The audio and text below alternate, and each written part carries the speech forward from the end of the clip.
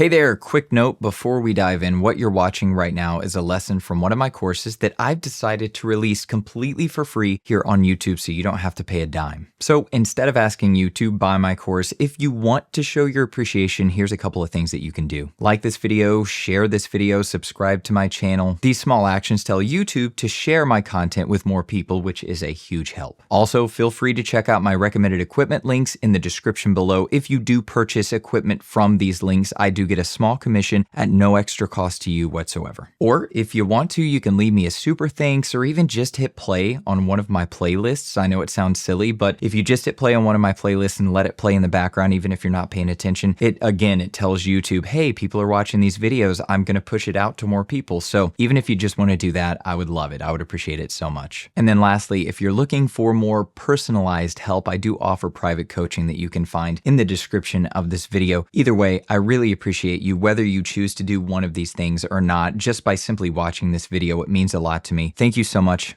Now, let's get to the lesson. All right, so let's talk about shotgun microphones. Why and where would you want to use them?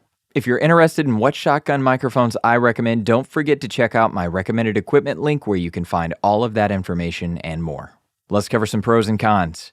Highly directional pickup pattern, great noise rejection. So shotgun microphones shine in this area because they do have a really tight polar pattern, meaning they're going to pick up what's in front of the microphone, but anything to the left or right of the microphone, it does a really good job of rejecting. And it does pick up a little bit behind the microphone, but still does a good job at rejecting stuff in the back of the microphone as well. If you look at a shotgun microphone, you can see the grills on the side of the microphone, and this is one of the reasons it does such a good job at rejecting noise that comes from the side of the microphone. So, shotgun microphones are great at rejecting ambient noise surrounding you as you record. Great at capturing sounds at a longer distance. So, shotgun microphones were made to capture audio at greater distances.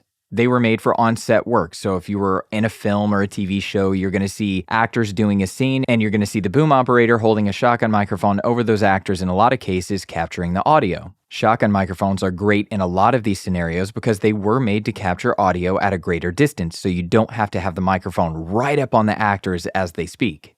Out of sight, easily hidden. So this goes back to what I was just saying. If you don't like to have a microphone in frame with you when you're recording your YouTube videos or your content, shotgun microphones are a fantastic choice because, like I said, they were made to capture audio at a greater distance so you can get them off camera.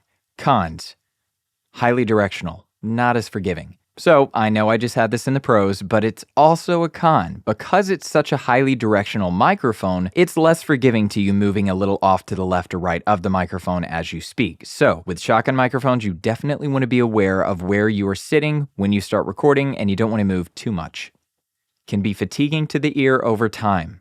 So this definitely isn't every single shotgun microphone out there, but I'm going to use the 416 as my main example, and then a Rode NTG5 and a few others. The thing about this is a lot of shotgun microphones are trying to sound like the Sennheiser 416, and the Sennheiser 416 is a very bright sounding microphone. Some people consider it to be very harsh. So for long-form narration, like podcasts or audiobooks, I do not recommend using something like a Sennheiser 416 or any shotgun microphone that's trying to sound like a 416, like a Rode NTG5 or something like that, because over time it is fatiguing to the listener's ears and it will actually start to hurt. Large diaphragm condenser microphones can also be fatiguing over time, which has to do with the EQ curve of the microphone. Shotguns are just more known for this. Can sometimes produce a thinner or more tinny sound, depending on the microphone. Now, again, just like with the last one, this isn't every single shotgun microphone out there, but I still want you to be aware. I'm going to pick on the Rode NTG4 here. That microphone is just known to sound a little bit thin or a little tinny, and that's not desired in most cases. These microphones can be great for content creation, such as YouTube videos and video tutorials. They're really easy to hide off camera, and they do an amazing job at capturing sound at a distance. Now, as we'll cover in the microphone placement section, it's best to try to get the microphone as close to the source that you're recording as possible, because this will give you the most professional sounding results. But these microphones were designed to capture audio at a greater distance.